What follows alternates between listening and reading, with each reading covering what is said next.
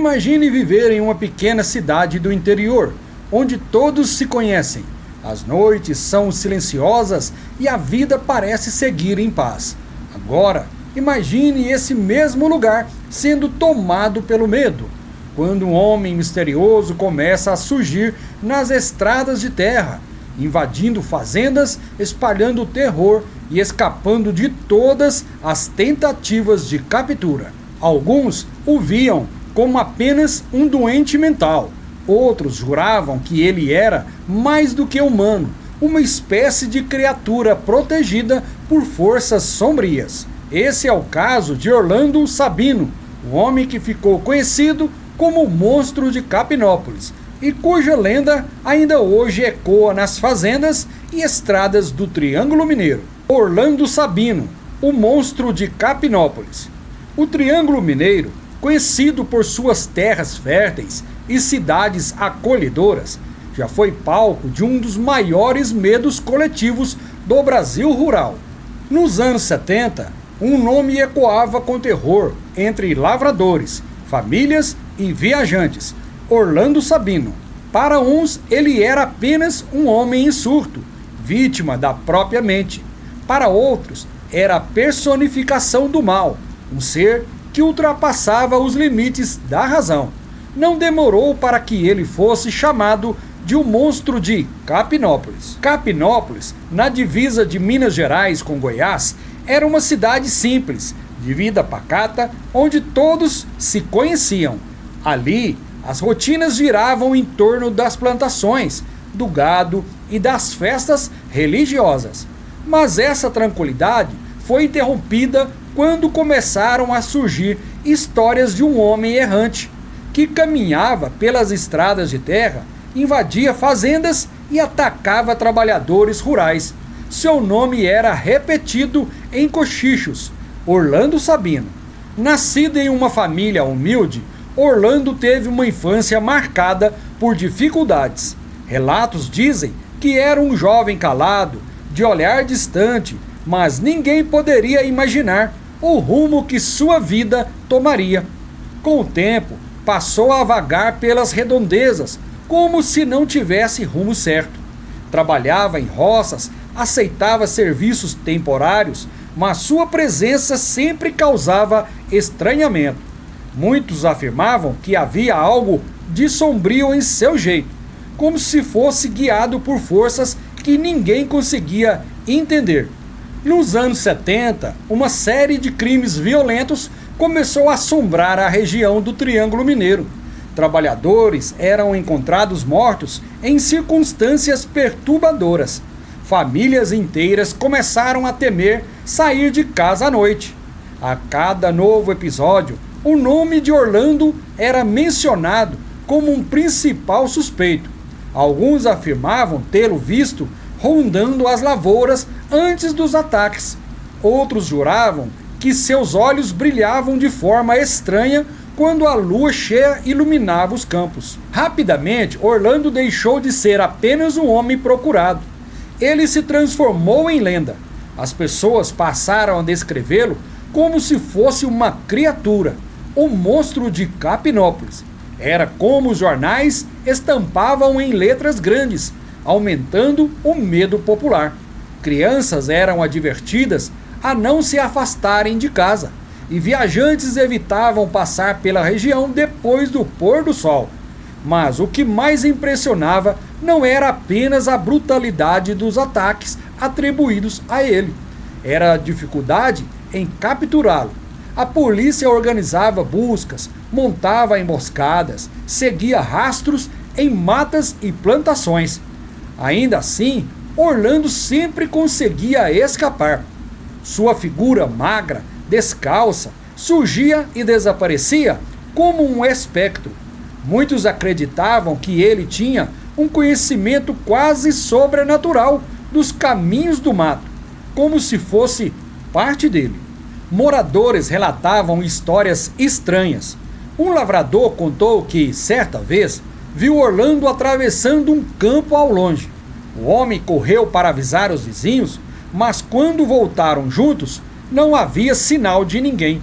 Outro dizia ter escutado passos atrás de si durante uma madrugada, como se alguém o seguisse.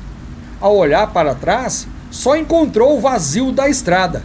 Essas narrativas aumentavam a sensação de que Orlando não era apenas humano, mas sim uma força sombria que rondava a região. Enquanto isso, o pânico crescia.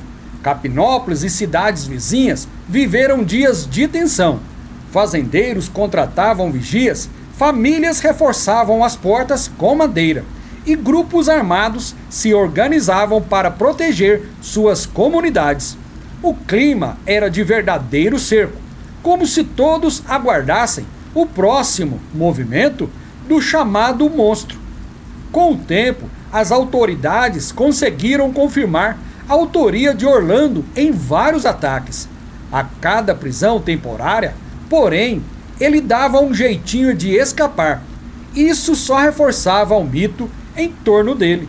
Como podia um homem simples, desarmado e descalço, escapar de perseguições policiais em plena área rural, cercado por caçadores e cães farejadores?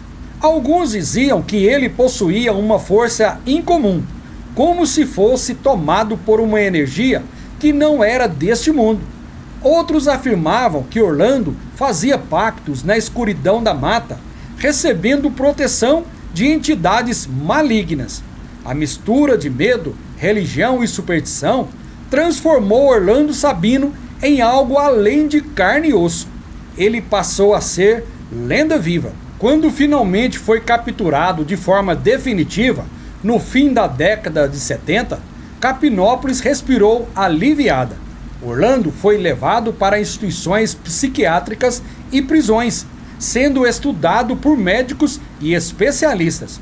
Os laudos apontavam que ele sofria de graves distúrbios mentais. Mas, para a população, essa explicação nunca foi suficiente. Como explicar os relatos de aparições, os passos na madrugada, os sumiços inexplicáveis durante perseguições? Como justificar a aura de terror que persistia mesmo depois de sua prisão?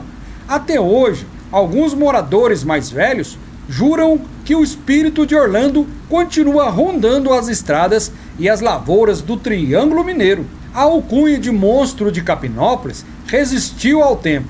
Mais do que um criminoso, Orlando se tornou símbolo do medo coletivo. Um caso em que o terror humano se mistura com o sobrenatural. Nas conversas ao redor de fogueiras, nos terreiros de café e nas varandas das fazendas, a história de Orlando Sabino continua sendo contada para assustar crianças e relembrar aos adultos que, às vezes, o mal veste a face mais comum. O mais perturbador é que, mesmo depois de sua morte, o nome dele ainda causa calafrios. Há quem diga que, ao cair da noite, quando a lua cobre de prata os campos do Triângulo, é possível sentir a presença invisível de Orlando caminhando pelos mesmos caminhos de terra. Um vento frio que sopra de repente, passos que parecem acompanhar viajantes solitários, ou a simples sensação de ser observado. O monstro de Capinópolis é, ao mesmo tempo, realidade e lenda. Realidade porque seus crimes marcaram profundamente a história da região. Lenda porque seu mito ultrapassou as barreiras do tempo, transformando em um fantasma da memória coletiva. E talvez seja justamente isso que torna essa história tão inquietante. Orlando Sabino não é lembrado apenas como um homem que cometeu atrocidades. Ele é lembrado como uma presença que nunca foi embora, como um aviso constante de que, por trás das paisagens tranquilas e acolhedoras do interior, sempre pode se esconder algo sombrio. Assim, o Triângulo Mineiro carrega em suas estradas de terra e plantações verdes a sombra de um homem que o povo chamou de monstro. Uma sombra que nem o tempo, nem as explicações científicas conseguem apagar. E assim termina mais uma história que mistura realidade e lenda. Mas será mesmo que o espírito de Orlando Sabino descansa em paz? Ou ele ainda caminha pelas estradas silenciosas do Triângulo Mineiro, observando aqueles que ousam atravessar a noite? Se você também acredita que certas presenças nunca nos abandonam, deixe o seu comentário aqui embaixo. Quero saber a sua opinião. Orlando foi apenas um homem? Ou algo muito além disso? Se inscreva no canal Marcelo Caixeta Sobrenatural. Ative o sininho para não perder os próximos mistérios. E claro, fortaleça com seu like para que essa comunidade continue crescendo. Até o próximo vídeo.